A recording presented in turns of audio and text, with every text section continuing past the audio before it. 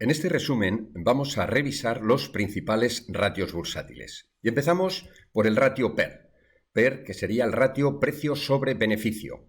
Tendríamos que hacer el cociente entre dos magnitudes. Arriba en el numerador, el precio de cotización. Y abajo en el denominador, el beneficio por acción. Se puede expresar ese cociente desde el punto de vista de una acción, que es como lo hemos dicho, o desde el punto de vista del conjunto de la empresa. En ese caso, pondríamos en el numerador arriba la capitalización bursátil y en el denominador abajo los beneficios después de impuestos, el de la cuenta de resultados. Este PER es el número de veces que estamos pagando el beneficio. Sería la inversa de la rentabilidad del accionista vía beneficios. Por otra parte, el PER indica el número de años que vamos a tardar en recuperar la inversión vía beneficios. Es muy útil el PER para comparar empresas del mismo sector. Ahora bien, este ratio va a depender de los criterios contables aplicados, ya que en el beneficio por acción ya quedan reflejadas las amortizaciones realizadas. Ratios derivados del PER sería, por ejemplo, el PER relativo al sector.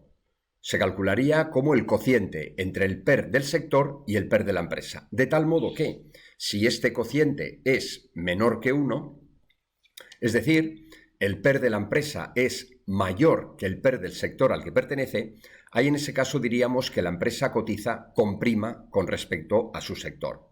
Sin embargo, si este cociente fuera mayor que 1, es decir, si el PER de la empresa fuera menor que el PER del sector, en ese caso diríamos que la empresa cotiza con descuento con respecto al sector al que pertenece.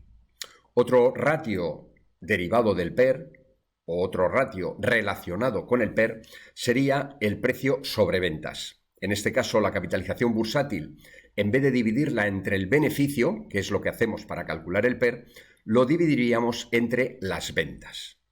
Por último, hay otro ratio muy útil que es el PEG, que es dividir el PER entre el crecimiento de los beneficios en un periodo de 3-5 años. Este ratio nos puede resultar muy útil para la situación entre dos empresas que tienen el mismo PER, pero tienen diferente crecimiento de beneficio. Otro ratio importante que analizaremos es el payout, que nos va a reflejar la política de dividendos de una empresa cotizada. Simplemente tendremos que hacer el cociente entre el dividendo por acción y el beneficio por acción. Y este ratio, este payout, nos indica la proporción de beneficio que se va a repartir entre los accionistas en forma de dividendos. Otro ratio importante es el dividend yield, la rentabilidad por dividendo. Aquí haremos el cociente entre dos magnitudes, arriba en el numerador dividendo y abajo en el denominador el precio de cotización de la acción. Sería la rentabilidad que vamos a obtener a partir de la política de dividendos de la empresa. El siguiente ratio es el precio-valor contable. En este caso haremos el cociente entre la capitalización bursátil y el valor contable de la compañía. Nos va a indicar el número de veces que el mercado está pagando el valor contable de los recursos propios. Por último, vamos a ver el precio cash flow. Este es un ratio que va a medir el precio que se paga por la generación de recursos de la compañía. Aquí en este caso haremos el cociente entre el precio de cotización de la acción y el cash flow por acción, o si lo planteamos desde el punto de vista de toda la empresa, sería la capitalización bursátil entre el cash flow de la empresa. El cash flow se puede determinar como el EBIT menos los impuestos sobre el EBIT más las amortizaciones. Y con el ratio precio-cash flow en relación al PER, lo que vamos a pretender es neutralizar el efecto de los distintos criterios contables aplicados. El cash flow es una variable más objetiva al considerar únicamente los movimientos efectivos de tesorería. Otro ratio importante es el earning yield, que es sencillamente la inversa del PER.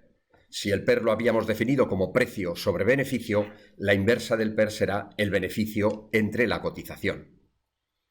Es la rentabilidad que puede obtener un inversor que invierta en la empresa vía beneficios.